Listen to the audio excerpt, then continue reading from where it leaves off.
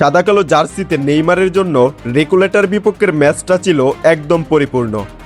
মাঠের পারফরম্যান্স দিয়ে কার্লো আনচেলত্তিকে যেই জবাবটা দেওয়া দরকার ছিল, নেইমার ঠিক সেটাই করে দেখালেন।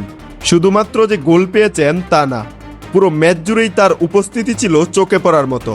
পরিসংখ্যানের দিকে তাকালে দেখা যায় পুরো ম্যাচে প্রায় 100 বার বল টাচ করেছেন তিনি, সাথে 12টি ডুয়েল জিতেছেন এবং 5টি বল রিকভারি করেছেন।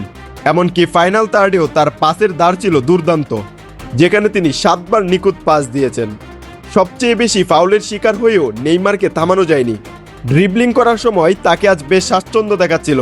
তার সেই চেনাচন্দের স্পিডি রানগুলাই বলে দিচ্ছিল নেইমার তার পুরনো রূপ ফিরে পাচ্ছেন। আর সবচেয়ে স্বস্তির খবর হলো 2022 সালের পর ফিটনেসের দিক থেকে নেইমার এখন তার কেরিয়ারের সেরা অবস্থায় আছেন।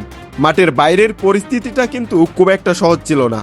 গত রবিবারে ট্রেনিং সেশনে রবিনহো জুনিয়রের সাথে ঘটে যাওয়া অনাকাঙ্ক্ষিত ঘটনা নিয়ে চারদিকে বেশ সমালোচনা হচ্ছিল। রবিনহো জুনিয়রের প্রতিনিধিদের পক্ষ থেকে সান্তোসের কাছে চিঠি দেওয়া হয়েছিল, যেখানে নেইমারের বিরুদ্ধে অপমান এবং হাত তোলার মতো গুরুতর অভিযোগ তোলা হয়। এমন সব নেতিবাচক সমালোচনার মুখে দাঁড়িয়ে নেইমারের পক্ষ থেকে এই রকম একটা জাদুকরী পারফরম্যান্সের বড় প্রয়োজন ছিল। তবে ম্যাচের সবচেয়ে সুন্দর মুহূর্তটি আসে গোল করার পর। নেইমার সব তিক্ততা ভুলে গিয়ে সরাসরি রবিনহো জুনিয়রকে জড়িয়ে ধরেন, আর এই একটি আলিঙ্গনই যেন বিতর্ক আর সমালোচনার অবসান ঘটালো। মাঠের ভেতরেই তিনি প্রমাণ করে দিলেন নেইমার যেমন সেরা ফুটবলার, তেমনি তার হৃদয়ের উদারতাও অনেক বড়। নেইমারের হাতে আছে আর মাত্র 3টি ম্যাচ। সৃষ্টিকর্তা নেইমারকে ইনজুরি মুক্ত এবং সুরক্ষিত রাখুন, আমরা যেন তার পায়ের এই জাদু আরও দীর্ঘ সময় ধরে দেখে যেতে পারি।